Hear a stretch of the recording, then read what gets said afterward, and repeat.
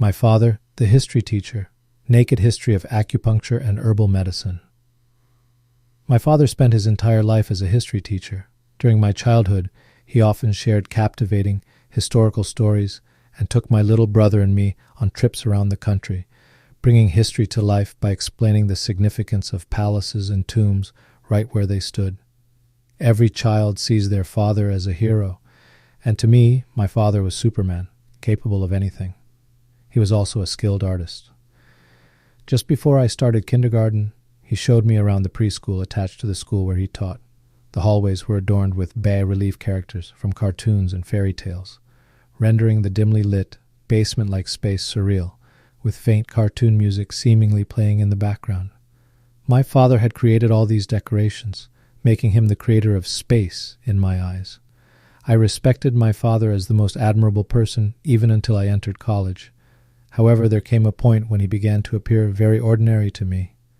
He was not rich and always busy with work. Around my college days, I hated both home and my father. Conflicts arose, and my father and I always wished each other away. Somehow, like others, I too became a father after having a son. Now my son has reached the age to become a father himself, and my father has passed away. Do I love my father? Yes, I do.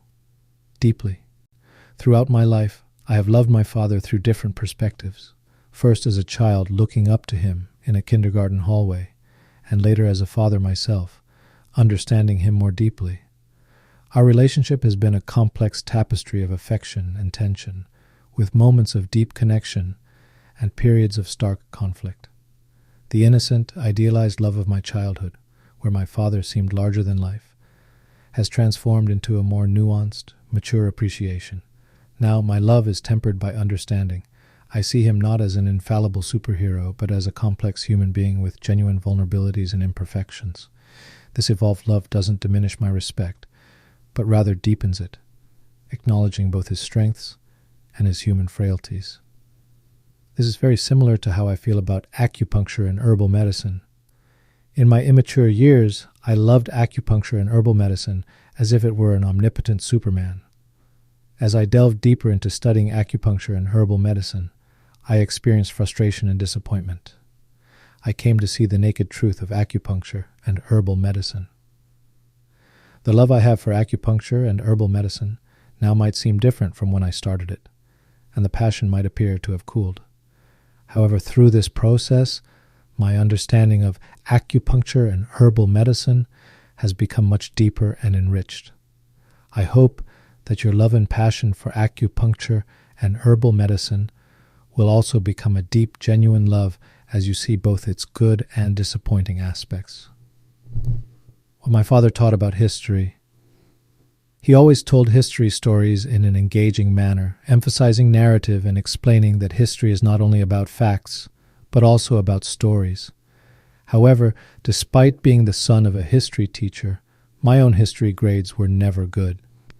Unlike my father, who emphasized narrative, school history was political and lacked the thrilling tales of revenge and heroism I craved.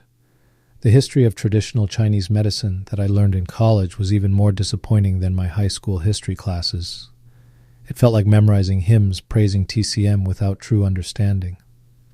My college grades in medical history always hovered between D and F. Despite my longing for history, seeing the professors at my school would instantly quench any desire to major in it.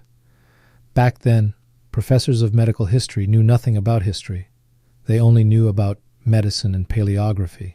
So we students merely memorized meaningless names of doctors and book titles. The following photo of my father was taken just before he passed away.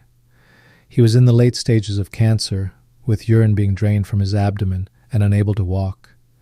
Yet, he brushed aside all objections from the family, took me along, and boarded an express bus to join a history trip with the seniors he taught at the senior college.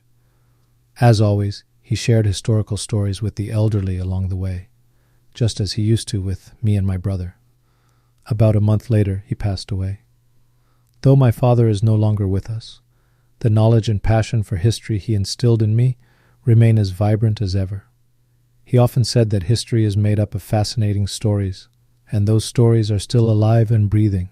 Through them, we should feel anger and excitement and make commitments for the future.